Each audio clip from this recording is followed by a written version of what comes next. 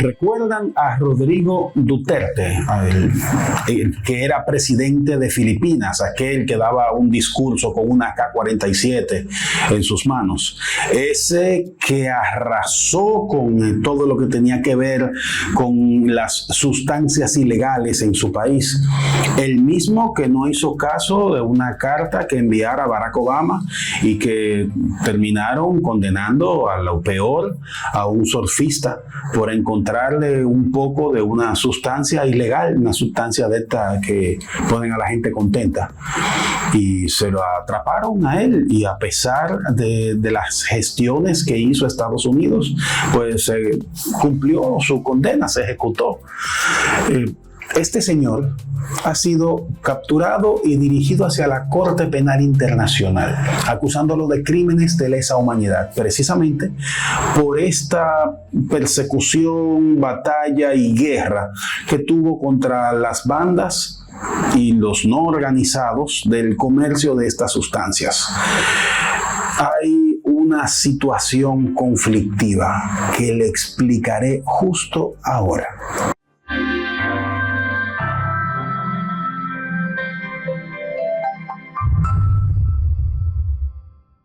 Hola amigos, bienvenidos a Titico RD. Aparentemente, esta situación que tiene que ver con el expresidente de Filipinas podría también incluir a Bukele, pero eso lo vamos a ver en breve. Primero, se trata de una acción, una guerra contra las bandas que el pueblo filipino apoyó. Estuvo de acuerdo, tenía apoyo popular, y se persiguieron y lamentablemente fueron eliminadas una grandísima cantidad de personas.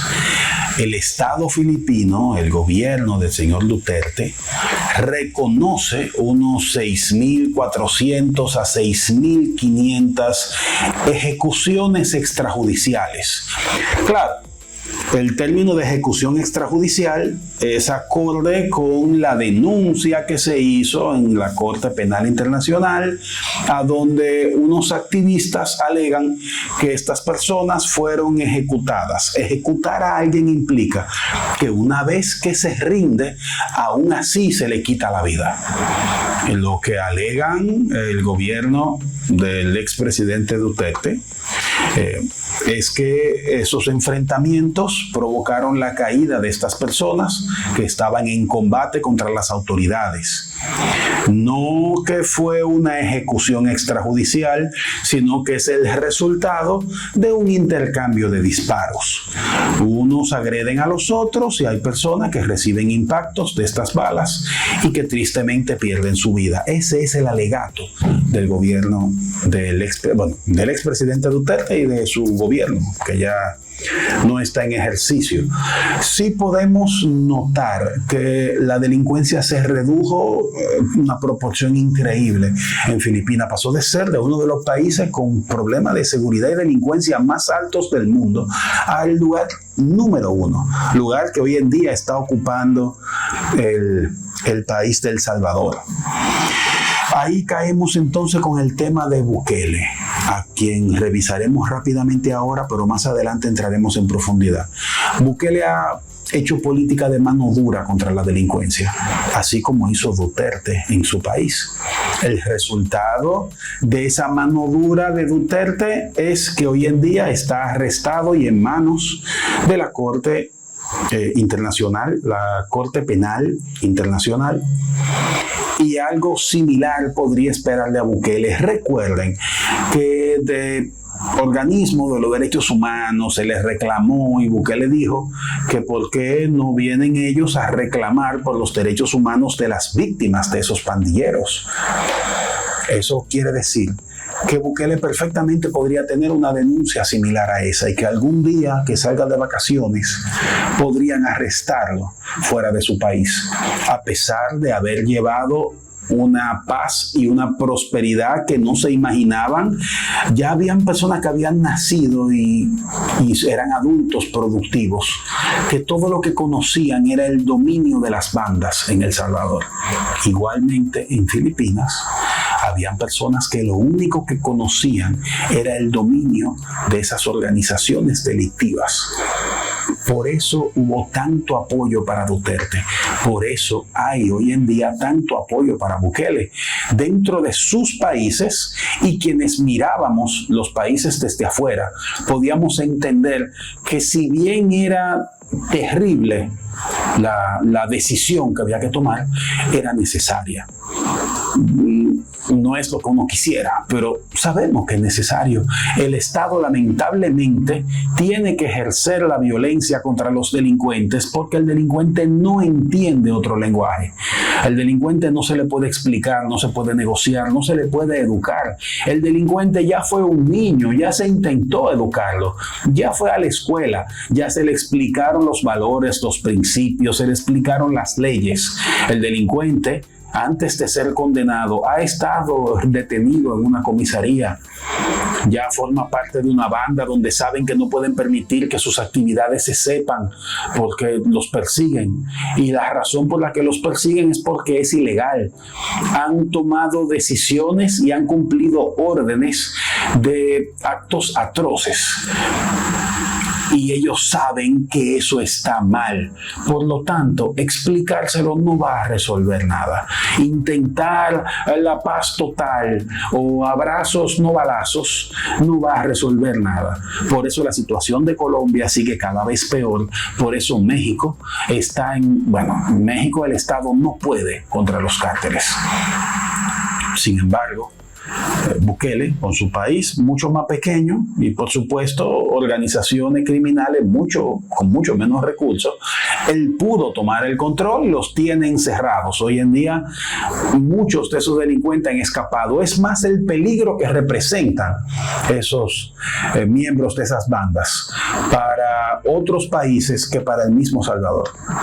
En el caso de Filipinas pasó algo aún peor, porque a diferencia del Salvador, donde fueron todos recogidos y encerrados, en Filipinas hubo enfrentamientos y si bien denuncian ejecuciones extrajudiciales, el hecho es que esas personas, ya sea que se enfrentaran o que fueran ejecutadas, cayeron en manos de las autoridades.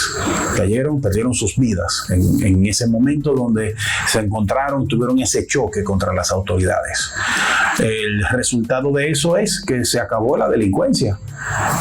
Es increíble tener que reconocer que una barbarie pueda tener algún tipo de beneficio para la sociedad, pero hay ocasiones muy particulares, muy especiales, en las que sí, es increíble, pero sí, ese tipo de acciones de mano dura acaban con los delincuentes y la sociedad puede vivir tranquila, pueden comerciar.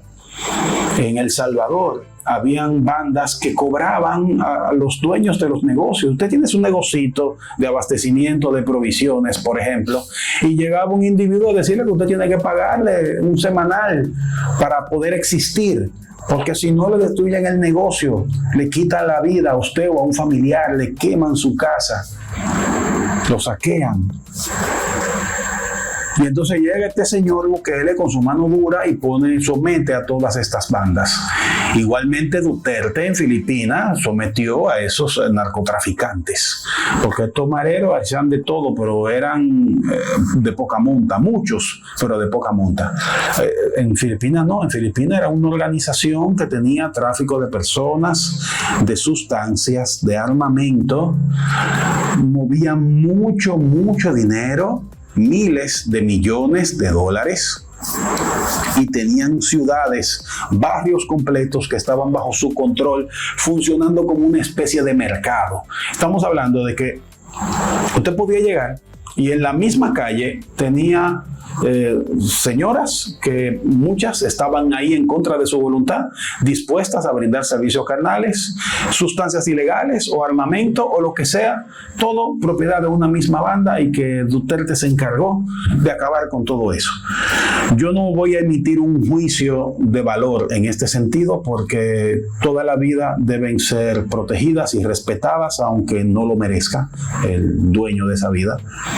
Y siempre debe cumplirse con los requisitos de la ley. Para poder quitarle a alguien un derecho fundamental, debe cumplirse con los procedimientos que la ley prevé para demostrar que merece que se le quite o se le suspenda ese derecho. Yo quisiera, por supuesto, saber cuál es su opinión, si en verdad usted cree que es un precedente muy malo para la política internacional que el señor Duterte sea enjuiciado, porque entonces podríamos tener a otros presidentes que han resuelto problemas de delincuencia en sus países que también podrían ser procesados similarmente, incluso condenados. Filipinas en 2019 salió de los acuerdos que lo ligaban a la Corte Penal Internacional, pero ellos dicen que aún así hay delitos anteriores. Parece más bien un secuestro, pero usted déjenmelo en los comentarios. Ya que anda por ahí, suscríbase, active la campanita, visite la tienda. Si este video le gustó, dele a me gusta, y si no le gustó, vea ese otro, que seguro que este sí te va a gustar. Dale a ese.